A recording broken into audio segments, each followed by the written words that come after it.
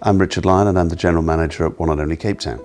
One of the most significant moments for me came very early in my career. I was still at school, I was working my school holidays in a hotel. We were about to close up one evening and we had a late check-in and the guests had travelled all day. They were tired and hungry and wanted something to eat, and I simply did what you do in this business. I took care of them.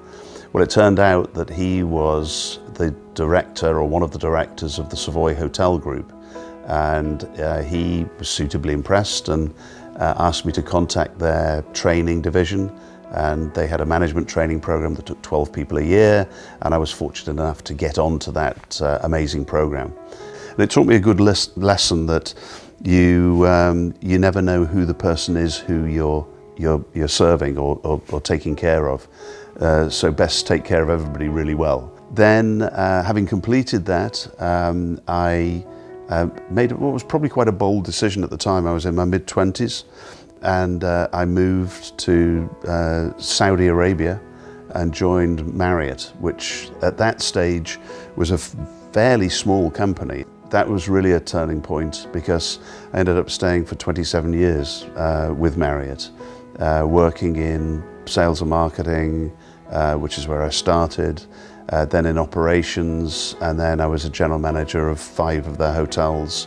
And then that brought me to probably the most significant turning point, which was deciding to come and live in South Africa.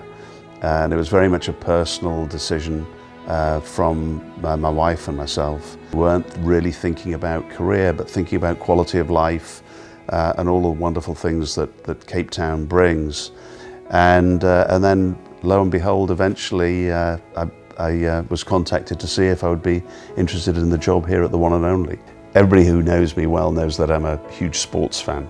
And when I got the job here, somebody asked me, how it felt. And I said, it feels like being signed by Barcelona.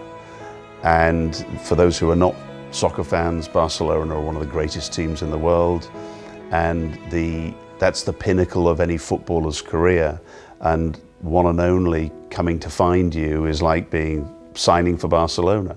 There are some days when everything aligns, everything seems to work right, and it's just the best feeling in the world. Not every day is perfect. Life's not like that.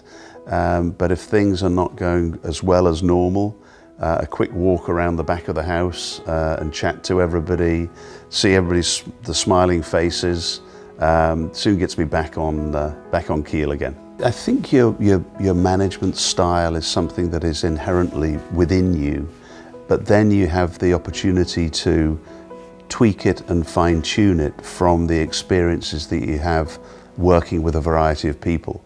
I think one of the key things that I learned very early on, and I can even think back to a specific incident where I was the recipient, was being admonished by my boss in public and remembering how that made me feel, and making a clear decision at that time that that's not a behavior that you would ever repeat. It's just not cool, and it doesn't work. Really, you can't overestimate the importance of treating people fairly, consistently. Some management styles use the big stick, and you do it because I tell you to, because I'm the boss. And I think people are realizing over time that just doesn't get the results. Where it gets some results, but where the spectacular results come from is getting a team of people working in the same direction and trying to achieve the same goals. That's got to be way more powerful than having one person saying, this is the way you do it because I tell you to. It's that big word, empowerment. It's that space where instead of one or a small handful of people making all of the decisions to drive the business forward, you've got an army of people making decisions to drive the business forward. I often use the analogy that I'm the conductor of the orchestra. The members of my team are the specialists in their individual fields, if you like. And then I'm the person who's in charge of making sure that everything that they all do all comes together so that we get the beautiful piece of music at the end of it. The XCOM role is one that is quite interesting because each person who's on the XCOM, apart from myself, has really two hats to wear. So they have the discipline that they're directly responsible for, but then I always say that their XCOM hat is one that is responsibility for the whole hotel. It's very important that we get away from any silos or people thinking in a small way about their individual department. We have a group of people who are very like-minded. They're all very driven, and they share a lot of the same values. I think being honest with each other and being candid with each other, but they should have a mutual respect for each other and always look out for each other as well. If you have that common thinking and shared values, you can have disagreements and you'll get over them. I've always made sure that I've led by example, walked the talk. Words are just words. It's your actions that people judge you on.